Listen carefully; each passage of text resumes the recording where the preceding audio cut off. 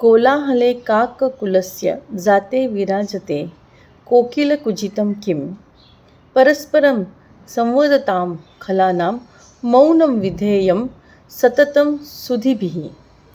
ज्याप्रमाणे जेव्हा कावळे कावकाव करत असतात त्यावेळी जर कोकिळेने कुहू कुहू केलं तर ते आपल्याला ऐकू येणार नाही.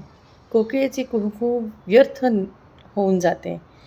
त्याचप्रमाणे जेव्हा अविचारी आणि मूर्ख लोक कुठल्याही गोष्टीबद्दल बोलत असतील, चर्चा करत असतील तर अशावेळी हुशार लोकांनी आपली मतं न मांडणेच जास्त योग्य आहे.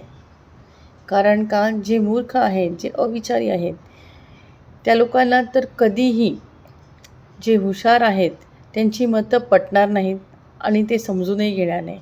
त्यामुळे अशावेळी हुशार लोकांनी त्या चर्चेपासून दूर राहणंच जास्त योग्य आहे.